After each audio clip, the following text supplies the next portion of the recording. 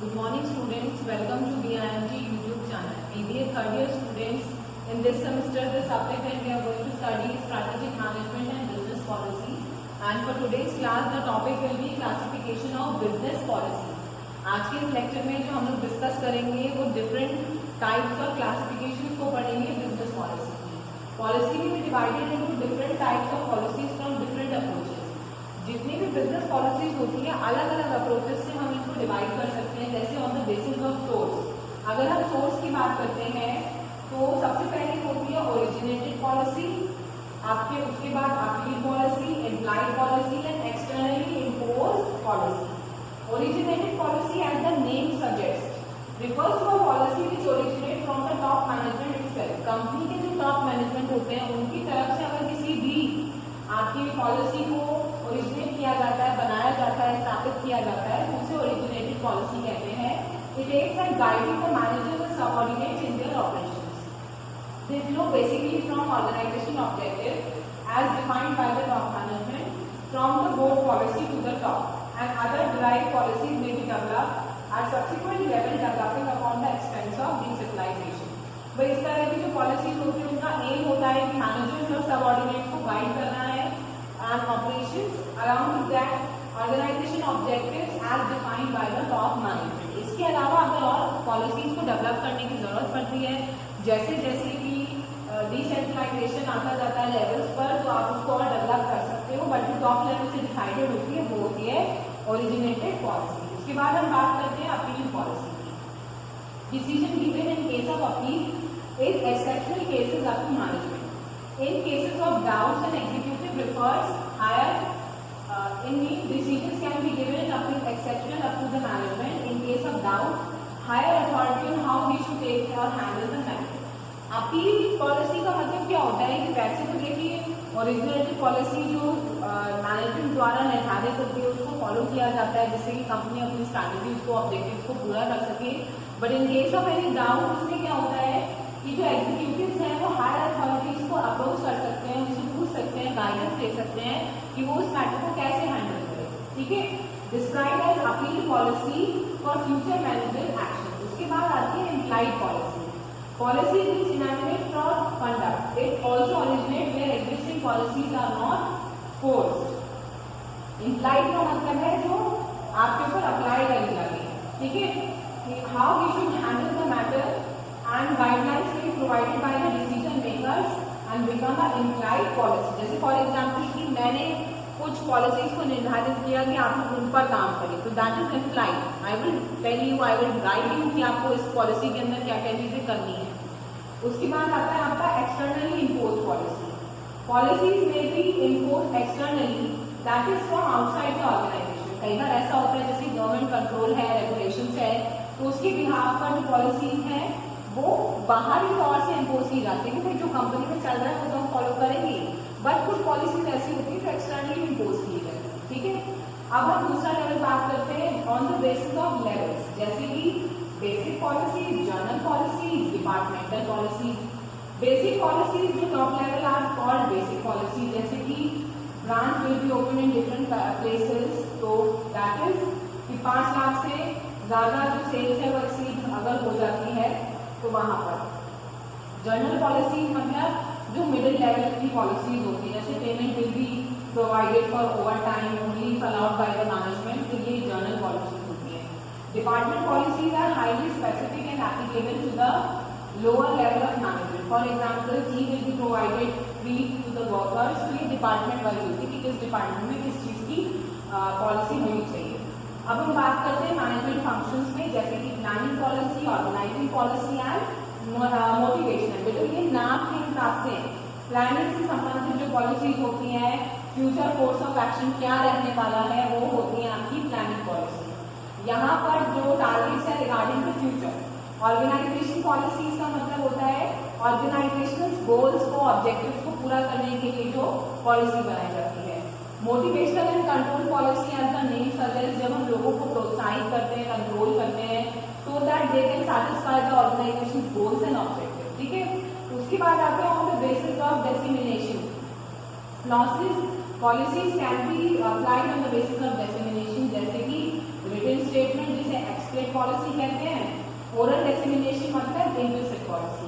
Policies which are written and included in the manual, उन्हें हम explicit policy कहते हैं, जो लिखित होती है कंपनी मैनुअल्स में भी छपी होती है, जैसे कि बुलेटिन में नोटिस बोर्ड में कि this is the time and over time for this hours you have to be in the uniform. ये सब आपकी रिटन पॉलिसीज होती है, कंपनी मैनुअल्स और हैंडबुक्स में छपी रहती है। इसके अलावा अगर हम बात करें एडवांटेज ऑफ रिटन पॉलिसी है कि all the members of the organisation can be guided so that आप इजीली उसको समझा पाएंगे रिटन पॉलिसीज को। It can be more easily revise from time to time, उसको रिवाइज कर सकते हैं। It can be checked with in the compliance of organisation.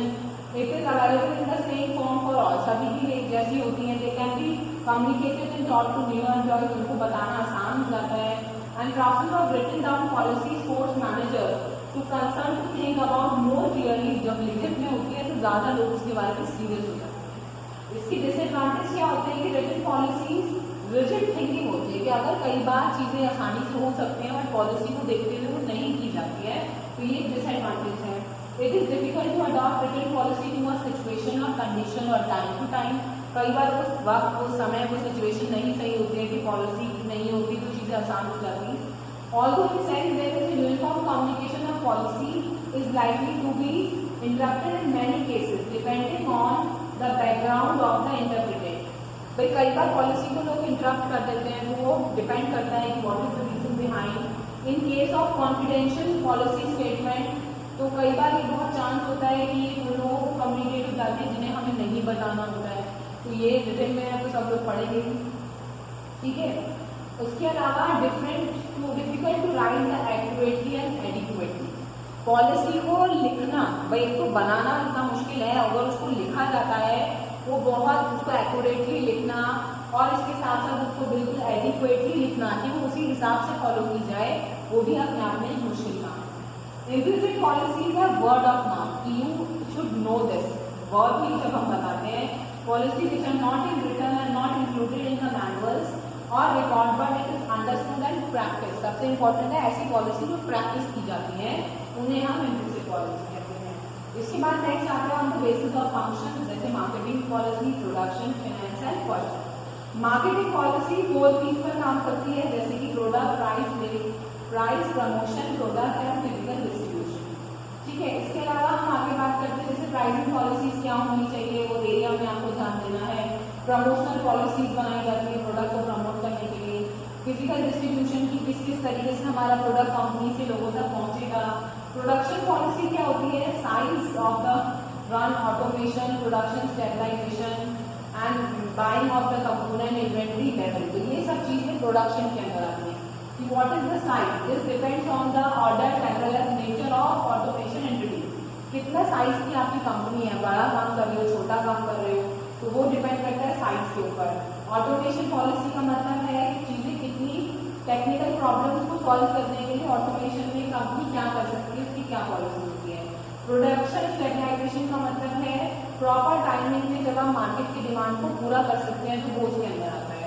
Make और बाय पॉलिसी क्या होती है, मार्केटिंग पॉलिसी के अंदर आती है। Policy decisions have to be taken, product that has to be manufactured with in the organisation, if any purchases from outside, बनाना है कि बाहर से लाना, ठीक है। इन्वेंट्री लेवल पॉलिसी का मतलब है कि स्टॉक्स, बहुत ज्यादा स्टॉक भी नहीं हो सकता, लो स्टॉक में भी काम नहीं चल सकता, तो उसकी पॉलिसी को फॉलो करना होता है। फाइनेंशियल पॉलिसीज में आता है source of capital, working capital, profit distribution, depreciation allowances.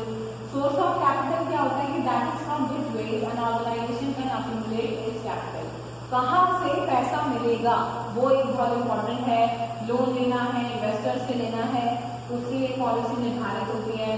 Working capital policy की जो काम करने के लिए करंट एसेट्स हैं, करंट लाइबिलिटीज हैं, उनका डिफरेंस समझना, कौन सा चीज आपको, कौन सा पैसा आपको इन हैंड मिल सकता है। प्रॉफिट डिस्ट्रीब्यूशन की एक पॉलिसी होती है, जैसे आपने पार्टनरशिप में पढ़ा होगा कि अगर डीड साइन है तो कितना % प्रॉफिट बढ़ेगा, नहीं साइन है तो क्या होगा, तो ये सब प्रॉफिट डिस्ट्रीब्यूशन पॉलिसी आता है।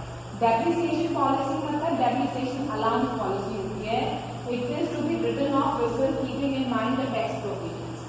पर्सनल पॉलिसी सबके लिए बहुत कॉमन है, जो ऑर्गेनाइजेशन में बहुत महत्व रखती है, जैसे कि पर्सनल सिलेक्शन, लोगों को हायर करते समय क्या पॉलिसी रेम्यूनरेशन मतलब जब उनको सैलरी या बेनिफिट्स दिए जाते हैं, industrial relations and personal selection policy. जैसे मैंने बताया पर्सनल सिलेक्शन पॉलिसी में क्या आता है भाई, रिक्रूटमेंट आ गया आपका, लोगों का सिलेक्शन आ गया, decision of minimum education and experience. For example किसी ऑर्गेनाइजेशन में कोई भर्ती निकली, कोई पोस्ट निकली, तो आपको पहले निर्धारित करना होगा कि कौन सी एजुकेशन लेवल पे लोग अप्लाई कर सकते हैं, ठीक है। इसके बाद हम बात करते हैं आपकी ट्रेनिंग एंड प्रमोशन पॉलिसी की, कि किस तरह की वैकेंसीज के लिए किस तरह से हमें प्रमोट करना है, ट्रेनिंग के लिए। रेम्यूनरेशन एंड बेनिफिट्स, जैसे कि इन केस ऑफ सिक लीव क्या पॉलिसी है, वेकेशन पे जाना है, कैंटीन की फैसिलिटी है, वर्किंग कंडीशंस हैं, ये सब इसमें आता है। इंडस्ट्रियल रिलेशनशिप्स का मतलब है लेबर डिस्प्यूट्स आगे ना हो तो उससे संबंधित ये पॉलिसीज बनाई जाती है, ठीक है। तो that is all about your types of policies. तो आई गेस आज के इस टॉपिक को आप इजीली समझ पाए हैं। ये नोट्स आपकी लिंक के साथ वर्ड टू वर्ड शेयर हो जाएंगे। कहीं भी कोई प्रॉब्लम हो तो आप कमेंट सेक्शन में मेंशन कर सकते हैं। इसके अलावा जो आज का टॉपिक है types of business policy, hopefully आपको इजीली समझ आया होगा। और प्रॉपर समझने के लिए आप हेडफोन्स का यूज करें जिससे कि वॉइस भी आपको क्लियरली समझ में आए। Thank you so much.